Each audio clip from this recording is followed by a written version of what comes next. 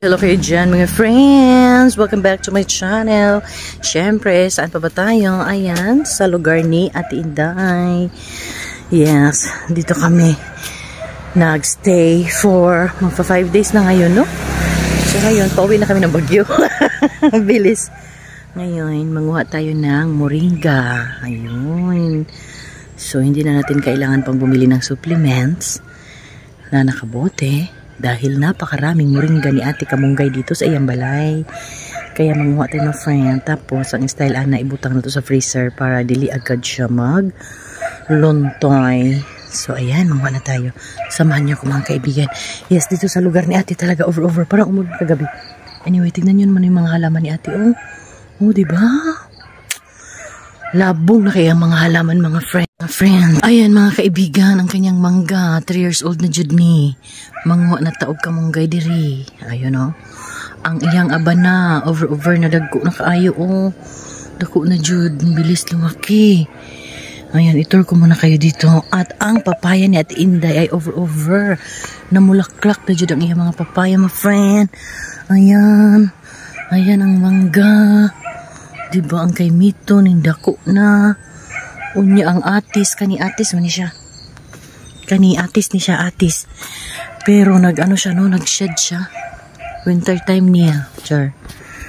Oh, langka. Ayan langka ni Ate Inday. Oh. Tignan mo naman my friend, tsada na kayong lugar diri. Maalala niyo ba yung unang punta natin dito kay Ate? Ngayon tignan mo naman, di ba? Labong na kaayo ang kanyang mga pananim. And of course, ang mga bougainvillea. More na talaga ang bulaklak, my friend. And look at that. So pretty. Very pretty. Pretty kaayo, Jude. Oh, ay kachada. Diba? This is ilang-ilang tree. At ang bangon niya in the morning. Ayan po, ayan dahon. Yung bulaklak na. Ang bangon.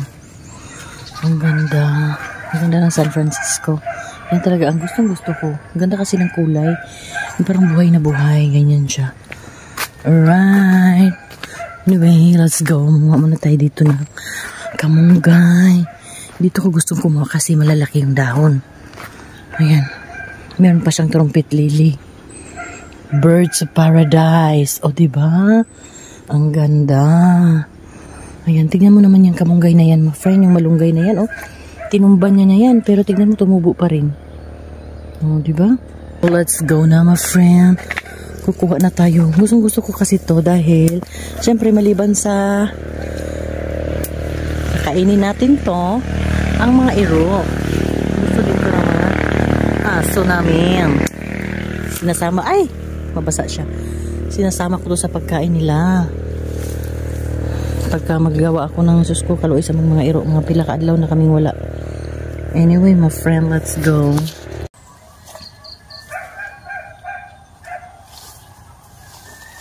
Hi.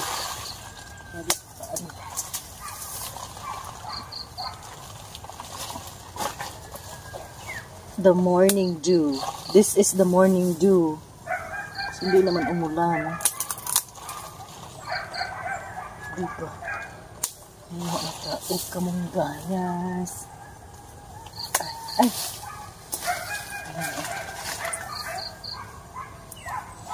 As the Lord of my soul. Para ka na rin naligo. Charot. Anuin ko na to ngayon. Yung karuso na ba? Abot sa Tagalog sa karus. Karusun ko na ito tapos ibutang sa silupin. Okay. Samok-samok ng mga kuan. Mga tawag ani? Sanga. So, punta tayo sa likod. Punta tayo sa Hawaii area. Mga friend, dito na tayo sa Hawaii area. Kaya na kay saging. Yung papaya niya, mayroon ng bunga day. Ang galing naman. Ang liit pa pero mayroon na. Nag-ano na siya, nag-sprouts. Sprouting na ito. Ayan po ang Hawaiian area. Tapos may pato si ate. Oh, yun ang pato. Baby! Tweet, tweet, tweet, tweet, tweet, tweet, tweet, tweet. Ay. Parang nagsasalita yung ano, duck. Pero walang boses. Baka pipi siya.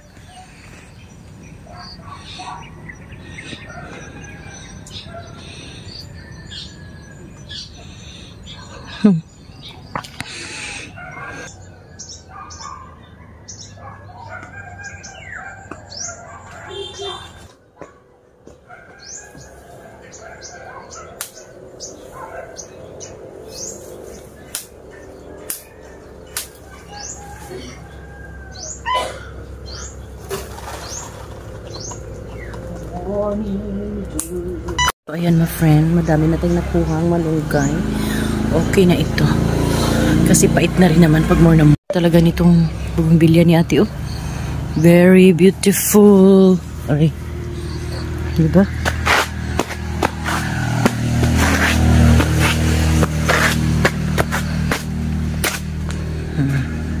Magkarosa.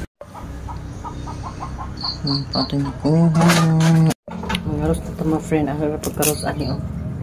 Hindi na ito ni ayuhon. Pwede naman nipo na lang maghawi nito.